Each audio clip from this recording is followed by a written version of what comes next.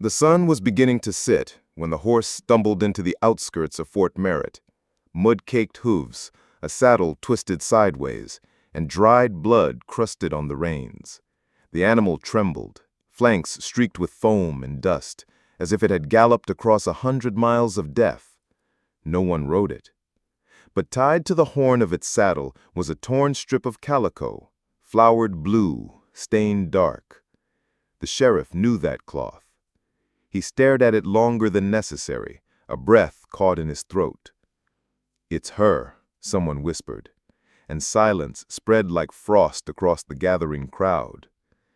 Her name was Evelyn Holt, 26, widow, no kin. She had come west from Missouri 5 months ago with a Bible, a trunk, and a promise written in the letters of a man long buried beneath Tennessee clay. She worked at the trading post, smiled too politely, never talked about the scar behind her right ear or why she flinched when boots scraped wood floors. She was last seen heading east toward the canyon with a hired guide. They were supposed to bring back silver. Only the horse came back. 2 days later, the search was called off. Too many riders lost in Apache lands. Too many memories of red trails and burning wagons. Evelyn was listed among the missing, then presumed dead. Her few belongings were divided, her rented room emptied, and by the following Monday, Fort Merritt had folded her story into its long, dusty ledger of Western tragedies. But Evelyn was not dead. She was bleeding beneath a cliff edge where buzzards wheeled above her. One leg bent wrong, lips cracked and dark, her hands too weak to brush away the ants that crawled across her shoulder. She didn't speak, didn't scream. The sound had left her body hours ago, maybe days. Time blurred there. And then the shadow came. It was silent at first, like wind shifting across stone. Then the crunch of soft leather against gravel. Someone was there. A man. Tall, wrapped in deerskin and shadow, with long black hair that blew across his cheek. His eyes were darker than the cliff behind her.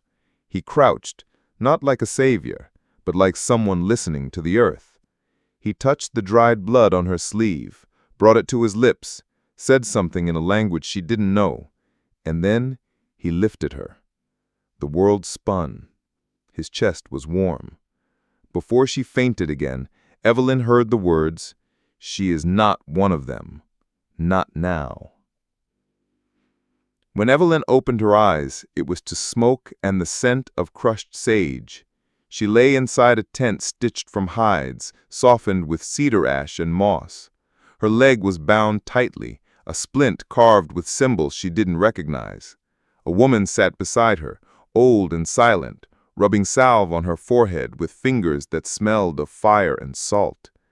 Outside, voices murmured low, respectful, not English. She tried to sit, but the pain swallowed her whole. He returned at dusk, the man from the canyon. His name was Tohil, they said later, son of a war leader, a man who had turned his back on the rifle, but never on his land. He did not smile. He didn't need to. His silence was its own kind of presence. When he sat beside her, she didn't flinch. There was something in him that didn't ask questions, that made room for her wounds without demanding explanation. That night, as the wind howled beyond the ridgeline, Evelyn finally cried, quietly, bitterly, into the blanket that didn't belong to her. Tohil said nothing, but when she woke, there was water beside her bed, a strip of cloth dampened with herbs, and a single feather tucked into the tent's corner. Not left behind, left for her. When Evelyn woke again, the world smelled of cedar smoke and warm earth. She was no longer in the cold dirt under the canyon shadows. She was inside a lodge made of buffalo hides and wooden ribs, softened by woven mats and the steady rhythm of a crackling fire. Her dress had been removed, replaced by soft deerskin that felt alien but gentle against her skin. Her hands, bruised and torn, had been bound with healing salves and wrapped in plant-dyed cloth. For a moment she forgot her fear, until memory returned like a slap to the face. The stagecoach, the attack, the silence afterward, then him, the man with storm-dark eyes, the Apache. She tried to sit up, but the pain in her ribs anchored her like chains. A shadow moved across the fire. It was him again. He knelt beside her with the quiet of a mountain cat, his presence strong but careful, like he knew any sudden move might send her screaming. "You are safe," he said, in slow English. His accent curled the words like smoke, but his tone was steady. "They left you. I did not." Her eyes searched his face. She didn't know whether to cry or scream. "Why?" she whispered hoarsely. He was quiet for a while. Then he picked up a strand of her golden hair that had fallen across her shoulder. "Because you lived."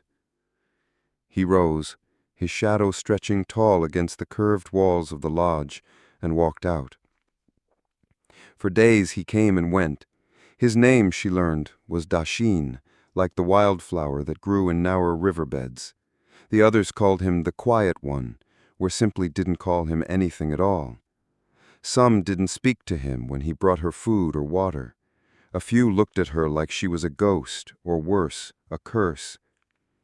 She overheard them whispering in Apache, words she couldn't understand, but the tone was clear. They didn't want her there. A white woman, left to die, now breathing in their sacred land. One woman spat near the fire when Evelyn passed, her eyes sharp as blades. Another man, a broad-shouldered hunter, grunted something that made Dashin's jaw tighten. He answered back, not in anger, but in quiet authority. He had no family in the village, no wife, no brothers. Evelyn later learned his parents had died during a brutal winter raid years ago. Since then, Dashin lived like the hawk circling just above the clan, watchful, respected, but never truly among them. He became her shield. When one of the young braves tried to pull her away by the wrist, thinking she was some discarded thing to use, Dashin had stepped in, silent as always. No shouting, no drawn knife, just his hand on the boy's chest, firm, steady. His eyes burned with something deeper than rage.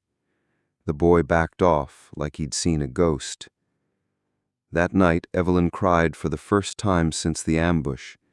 Not because of pain, not because of fear, but because she realized this stranger, this man of another world, had placed himself between her and everything that might harm her. And not once had he asked her why she was there. Not once had he judged her for being white or for being broken. She wanted to know who he really was. In the days that followed, she watched him ride out with the hunters, his long black hair tied in braids, his back straight, bow slung across his shoulder. She asked for words in his language, how to say thank you, water, sorrow. He corrected her softly, like wind moving through pine. She learned to make fire with flint and dried moss. She learned to braid grass for sleeping mats. And every night he sat across the fire, never too close, never far. Until one evening the sky burned gold and purple, and he finally said, "They will not let you stay forever." Her heart clenched. "Then what will happen to me?" Dashin didn't answer right away.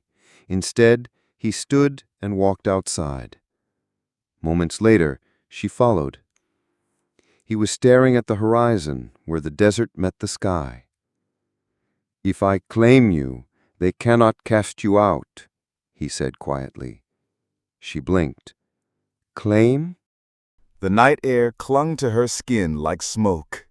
Evelyn stood frozen beneath the desert sky, heart thundering louder than the coyote's call in the distance. His wife? She wasn't sure what startled her more, the quiet certainty in his voice or the deep stillness in his eyes, like he had already made peace with a storm that hadn't reached her yet. No one would touch you, Dasheen said, softer now. Not if you were mine. It wasn't a question. It wasn't a plea. It was protection, offered like a blanket in the cold. Evelyn's lips parted, but the words wouldn't come. Her mind spun in circles about her old life, her father's rigid sermons, the white towns that spoke of savages as if they were beasts, about how just weeks ago she wouldn't have looked twice at an Apache man without fear tightening her chest. And now this man had fed her, healed her, defended her, without asking anything in return. Still, she whispered, "Is that allowed? For someone like me?" Dasheen's jaw tightened. "They won't like it. Some already want you gone." He looked toward the center of the village, where shadows moved between fires, laughter and voices rising and falling like drumbeats. The people of his tribe weren't cruel. They were cautious. They remembered every bullet, every promise broken by men who looked like her. To them, she was a story repeated too many times with blood at the end. "I'm not asking you to say yes. I only need you to understand what silence will cost." Evelyn turned back to him, this man who had said little but done everything. He had never touched her without need, never pressed her to explain her presence, never asked for her name until she offered it to him. "Then let me speak," she said. The next morning, when the sun rose like fire through the canyon, Evelyn braided her hair with trembling fingers. She wrapped herself in the soft hide shawl the elder women wore, and followed Dasheen through the village. The drums had already started, slow, steady, ceremonial. Smoke lifted from sacred fires. Children stood wide-eyed as she passed. Some of the men scowled, some spat. One old woman crossed her arms and looked away. But Dasheen stood tall beside her, his arm never touching hers, yet every inch of his presence saying, "She is not alone." They reached the circle at the center of camp, where the elders sat cross-legged beneath the talking tree, where stories were passed and truths were named. Dasheen stepped forward. His voice rang clear. "I ask to bring her into my fire. She was left in our land, dying. She is not like the ones who bring war. She is not like those who forget the earth or mock the old ways. She has learned, she listens, and I will answer for her." A long silence fell. Then the medicine man stood. His hair was white as snow, his eyes sharp like flint. "She is not of us," he said. "She was born from another world."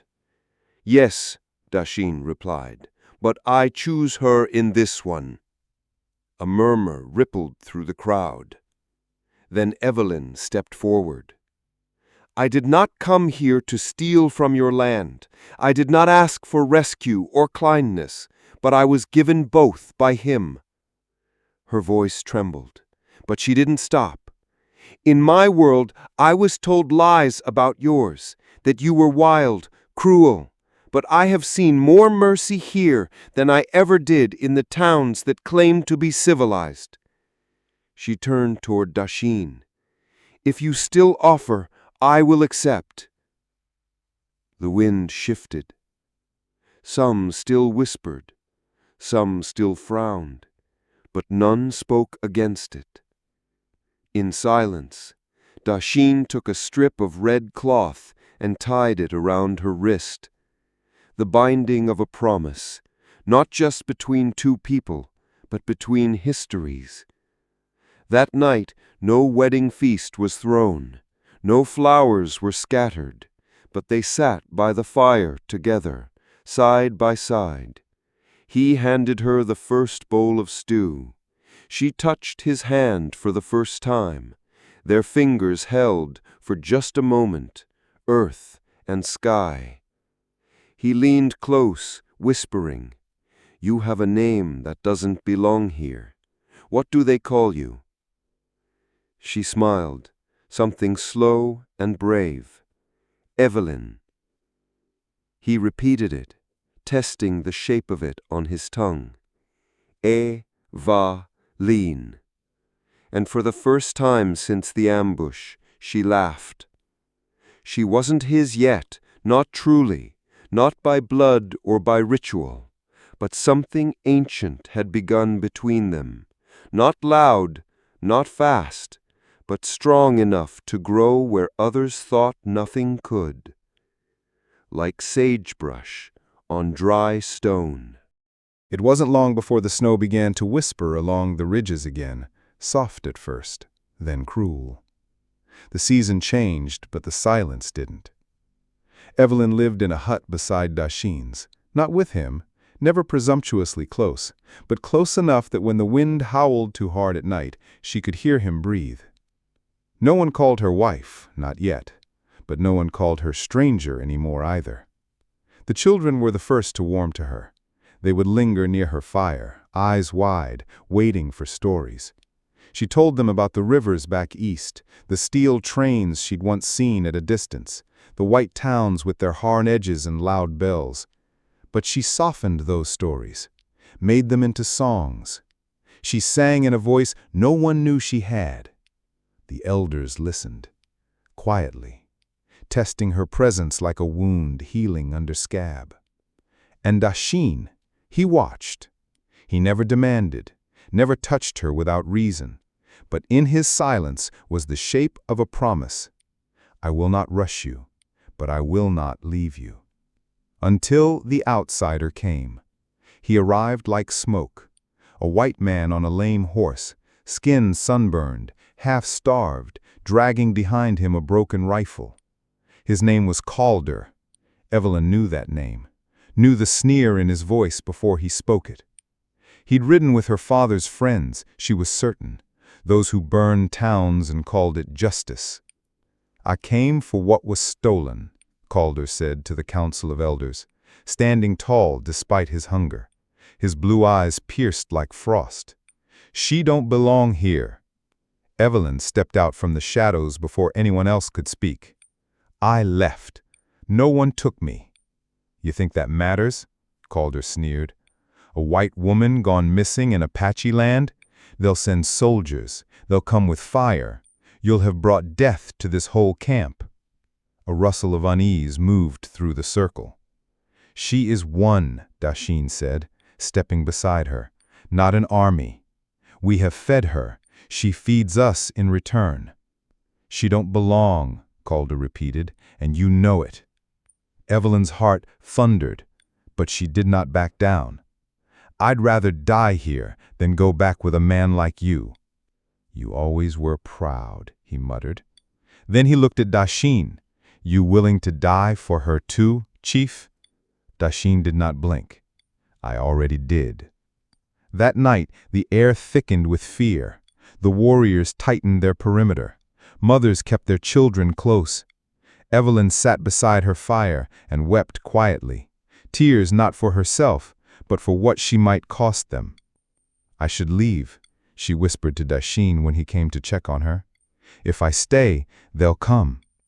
If you go, they'll still come, but you won't be here to see what you helped build. She looked up at him. What did I help build? He crouched beside her and laid a small bundle in her hands.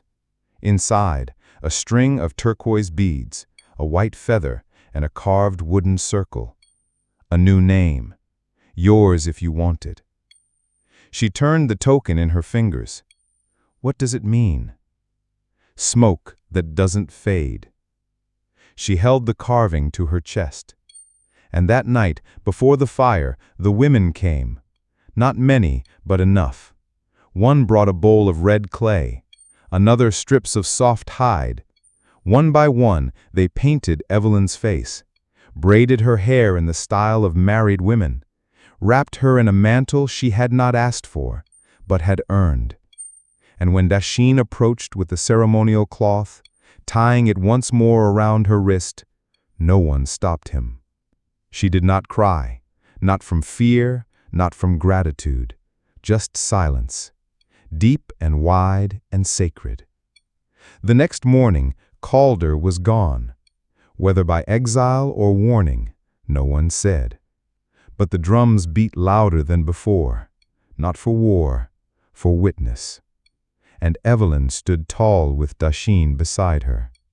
Not the same woman who had been dragged and abandoned in the dust, but smoke that doesn't fade, a bride not by conquest, but by choice. They said the wind never stops in Apache land, not even for the dead. It scrapes across the rocks like memory, howling the names of those forgotten. But Evelyn, now smoke that doesn't fade, was not one the wind could claim. The weeks that followed Calder's disappearance were thick with tension. Eyes watched the horizon, dogs barked at nothing, and every rider in the distance turned hearts into stones. Evelyn felt it, this thread of fear stretching through the camp like a ghostly rope. But she didn't flinch anymore. She spent her days tending the sick with the medicine woman, her nights helping the elders prepare food, her mornings teaching a few children the strange letters of the white people's writing. She didn't belong to one world or the other, so she made a bridge of herself, quietly, patiently. And Dasheen? He walked beside her, not behind, not ahead. He treated her as if love was not a gift to be given, but a fire to be shared. He never used the word wife, but when she fell sick for 2 days and couldn't rise from the mat, he didn't leave her side once. And when she awoke, fever broken and throat dry, he pressed a warm stone to her palm and whispered, "The fire waits." Then came the soldiers. Just as Calder had promised, they came, not for war but for retrieval. Evelyn was listed in a missing persons report attached to her father's name, a once respected rancher who had fallen into debt and disgrace after her disappearance. The commanding officer was civil but cold. "We're here for the woman, Evelyn Ray Hart. She's to be escorted back to Fort Stockton and evaluated for relocation." "Evaluated?" she asked. He didn't answer. But Dasheen stepped forward. "She belongs here. She's a citizen of the United States, and this is still U.S. land."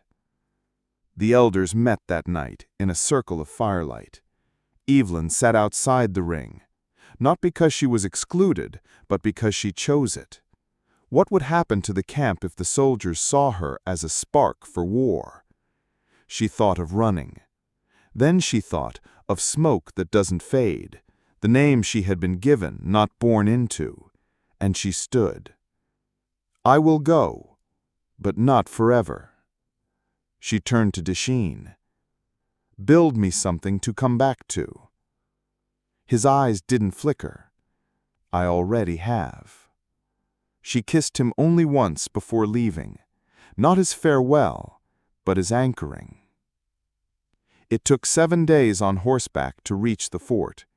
She said little, but the soldiers said less. They didn't treat her cruelly, just like something to be returned. A lost coat, a misplaced heirloom. They didn't ask why she hadn't come home. They didn't care.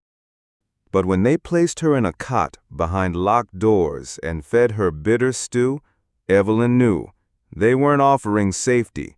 They were containing shame.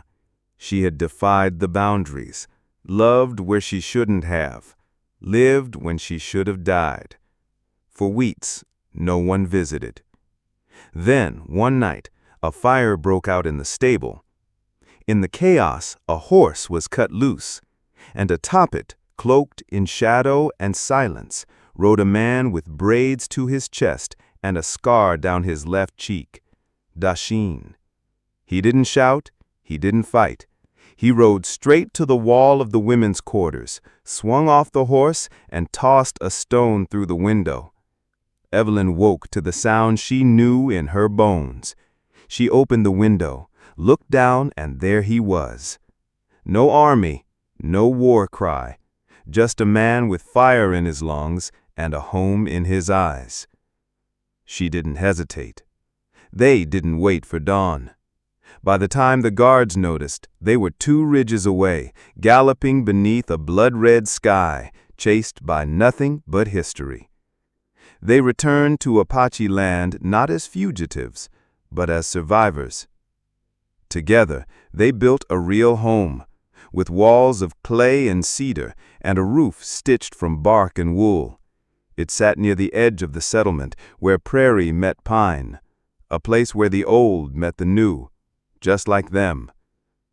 Years passed.